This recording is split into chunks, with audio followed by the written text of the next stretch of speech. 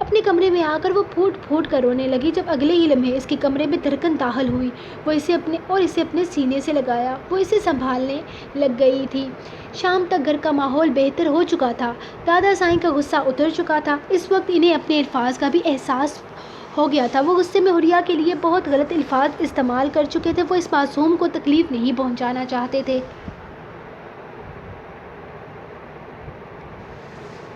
لیکن وہ کبھی یہ بات نہیں بول سکتے تھے کہ وہ ملک کی بیٹی ہے۔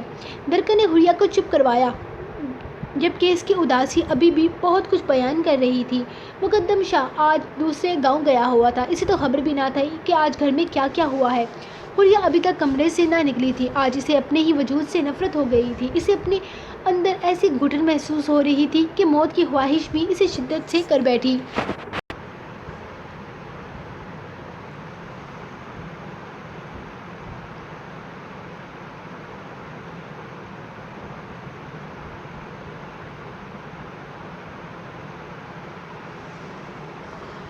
کل مقدم شاہ اور حریہ کو حویلی سے نکلنا تھا، اسی لیے آج وہ اپنے سارے کام نپٹا دینا چاہتا تھا۔ سارے کام نپٹاتے نپٹاتے اسے رات کے 11:30 بج گئے۔ دادا سائیں سے ملنے گیا تو وہ آرام کر رہے تھے۔ وہ انہیں ڈسٹرب کیے بنا ہی واپس اپنے کمرے میں چلا آیا۔ کمرے میں آیا تو حریہ بھی شاید سو رہی تھی۔ ویسے بھی وہ اس طرح کبھی نہیں سوتی تھی، اس کا انتظار کرتی تھی، لیکن آج ضرورت سے زیادہ لیٹ ہو گیا تھا۔ جس دن سے اس کی شادی ہوئی تھی وہ اپنی ذمہ داریوں کو بخوبی نبھانے لگا تھا۔ دادا سائیں بھی اس سے بہت خوش تھے۔ وہ حریہ کو ڈسٹرب نہیں کرنا چاہتا تھا، لیکن اسے فی الحال بہت بھوک لگی ہوئی تھی۔ وہ ملازمہ کا ہاتھ کا بنا کھانا پسند نہیں کرتا تھا۔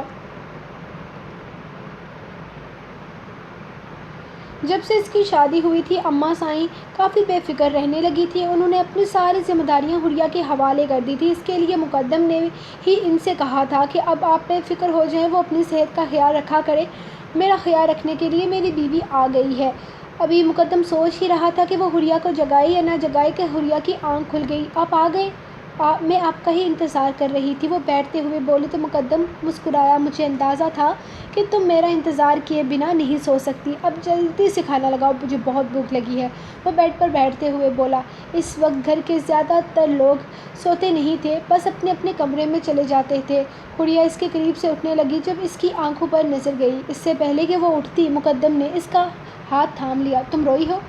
کیوں روئی ہو تم؟ کسی نے کچھ کہا ہے تم سے؟ کس نے کہا ہے؟ پھپھو سائیں؟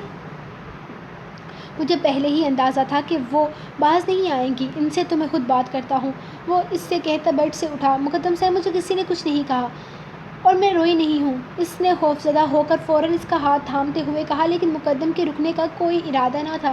مقدم صاحب میں کہہ تو رہی ہوں نا کہ مجھے کسی نے کچھ نہیں کہا، اگر حالہ صحیح کہہ بھی دیتی ہیں تو کیا فرق پڑتا ہے، ان کی باتیں سننے کی عادت ہے مجھے، وہ سمجھانے والے انداز میں بولی۔ اس کا مطلب ہے کسی اور نے کچھ کہا ہے؟ کس نے کہا ہے بتاؤ مجھے۔ اس بار اس کا چہرہ تھام کر وہ نرمی سے بولا، مجھے کسی نے کچھ نہیں کہا مقدم صاحب، آپ کو غلط فہمی ہوئی ہے، تو اگر کسی نے کچھ نہیں کہا تو یہ آنکھیں سرخ کیوں ہیں، بتاؤ مجھے۔ اس سے پہلے کہ وہ کچھ کہتا کسی نے دروازہ کھٹکھٹایا۔ اس وقت کون ہو سکتا ہے یہ سوچتے ہوئے مقدم نے دروازہ کھولا۔ مقدم لالا، ابھی تھوڑی دیر پہلے بابا صاحب میرے کمرے میں آئے تھے اور کہہ رہے تھے کہ دودھ پینے سے طبیعت جلدی ٹھیک ہو جاتی ہے، سر میں بھی آرام آ جاتا ہے۔ یہ لیں حریہ دیدہ، میں آپ کے لیے دودھ لے کر آئی ہوں، یہ جلدی سے پی لیں تاکہ آپ کے سر کا درد ٹھیک ہو جائے۔ دھڑکن نے دودھ کا گلاس اس کے ہاتھ میں تھمایا اور مقدم کی طرف متوجہ ہوئی۔ آپ کو پتہ ہے آج دادا سائیں اور بڑی امی اور پھپھو سائیں نے ان کو بہت زیادہ ڈانٹا، بیچاری اتنا روئی ہیں، وہ مقدم کو دیکھ کر بتانے لگی، جبکہ مقدم کا دھیان اس کی باتوں پر ضرور تھا، لیکن وہ دیکھ حریہ کو رہا تھا۔ اماں سائیں نے تمہیں کچھ کہا ہے؟ وہ بے یقینی سے پوچھ رہا تھا۔ ہاں مقدم لالا، انہوں نے ہی تو کہا ہے، وہ کہہ رہی تھی کہ دیدہ نے آپ کو پھنسا کر آپ سے شادی کر لی ہے اور آپ کی زندگی برباد کر دیں گی۔ بس کرو دھڑکن، جاؤ یہاں سے۔ اس سے پہلے کہ دھڑکن کچھ اور کہتی حریہ فوراً اٹھ کر کھڑی ہو گئی۔ دیدہ میں تو بس اس طرح سے غصہ ہوتے دیکھ کر دھڑکن پریشان ہو گئی تھی۔ دھڑکن حریہ تم اپنے کمرے میں جاؤ۔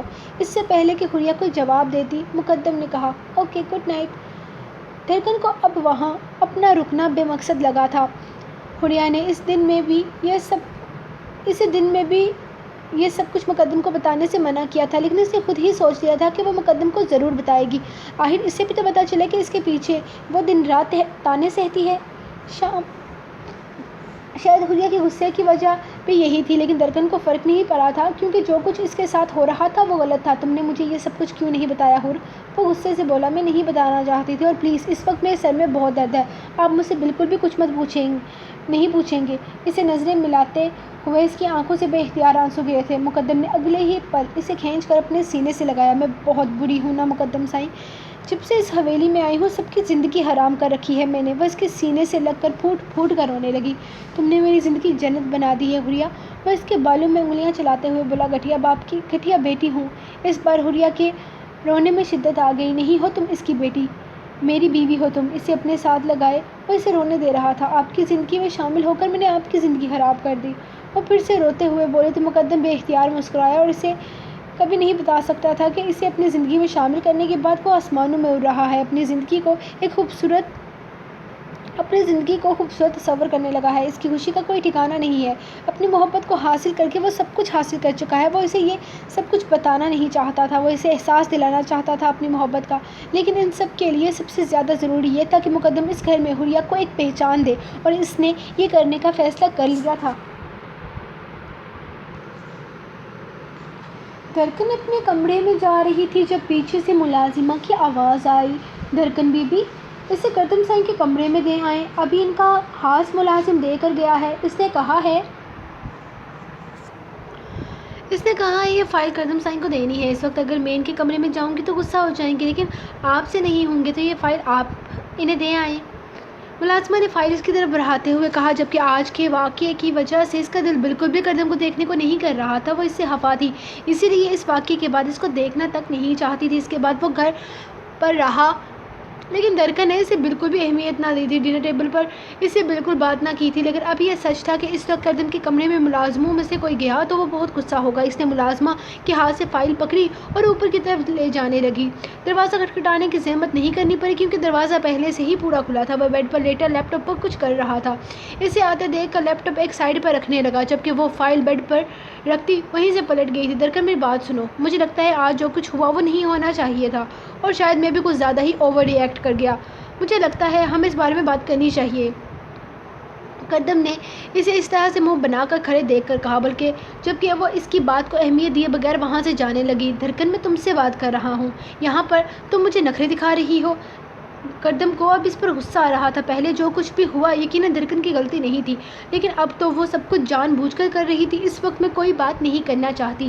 درکن واپس جانے لگی جب نظر اسٹڈی کی ٹیبل کے سامنے رکھی کرسی پر پڑی، اور اس کرسی کو کونے کے ساتھ پیلے رنگ کے ٹیسل پر یقیناً یہ تائشہ کا تھا۔ تائشہ نے کافی ہوشیاری سے کام کیا تھا، لیکن پھر بھی چور اپنی کوئی نشانی چھوڑ کے جاتا ہے۔ اس نے وہ ٹیسل کرسی سے اتارا۔ آج صبح تائشہ نے اسی رنگ کے کپڑے پہنے تھے، اور اس کے دوپٹے کے چاروں کونوں پر یہ ٹیسلز تھے۔ اسے ٹیسلز کردم کو دکھاتے ہوئے اپنی مٹھی میں رکھا۔ اس کا ارادہ کردم کے کمرے میں رک کر اسے صفائی دینے کا نہیں بلکہ تائشہ سے وجہ پوچھنے کا تھا۔ وہ تائشہ کے کمرے میں آئی۔ وہ یہ تو جانتی تھی کہ اس کی کردم کے ساتھ شادی اسے ہرگز پسند نہیں ہے، لیکن وہ اتنا گر سکتی ہے یہ اس نے کبھی نہیں سوچا تھا۔ اس نے دروازہ کھٹکھٹایا تو دروازہ کھلتا چلا گیا۔ درکن تم یہاں کیا کر رہی ہو؟ تائشہ سونے کی تیاری کر رہی تھی جب اسے اپنے کمرے میں دیکھ کر پریشان ہوئی۔ وہ تائشہ دیدہ، آپ نے اسٹڈی ٹیبل پر چائے گرائی تب آپ کا یہ ٹیسل کرسی سے اٹک گیا تھا۔ آئندہ ایسا کچھ کرتے ہوئے یاد رکھیے گا کہ اس طرح کی کوئی چیز نہ پہنیں جو آپ کی غلطی کا ثبوت چھوڑ جائے۔ خیر، اب وجہ بتانا پسند کریں گی آپ؟ درکن اتنی دلیر نہیں تھی کہ کسی کی آنکھوں میں آنکھیں ڈال کر اس کی غلطی کی وجہ پوچھ پاتی، لیکن نہ جانے کیا بات تھی کہ کردم کی نظر میں خود کو غلط دیکھ کر وہ یہاں تک آ چکی تھی۔ شاید بابا کی باتوں کا اثر تھا۔ دماغ خراب ہو گیا ہے تمہارا؟ مجھے کیا پتا یہ ان کے کمرے میں کیسے پہنچ گیا؟ میں تو آج سارا دن ان کے کمرے میں گئی ہی نہیں، اور میں ویسے بھی ان کے کمرے میں نہیں جاتی۔ تم مجھ پر الزام لگا رہی ہو؟ تائشہ بھڑک کر کہا۔ اپنی چوری پکڑ جانے پر تائشہ کو رونا آنے لگا تھا۔ اب یہ رونا چوری پکڑے جانے پر تھا یا کسی اور وجہ سے درکن نہیں سمجھی، لیکن اس کے رونے کی وجہ سے اسے مزید غصہ آ رہا تھا۔ اپنے یہ ڈرامے کردم سائیں کے سامنے کریں یا پھر ان کے سامنے کریں جس سے آپ کے ان ڈراموں پر یقین ہو۔ بتائیں مجھے کہ آپ نے کردم سائیں کی فائل پر چائے کیوں گرائی؟ بس درکن، بہت ہو گیا، حد ہوتی ہے بدتمیزی کی۔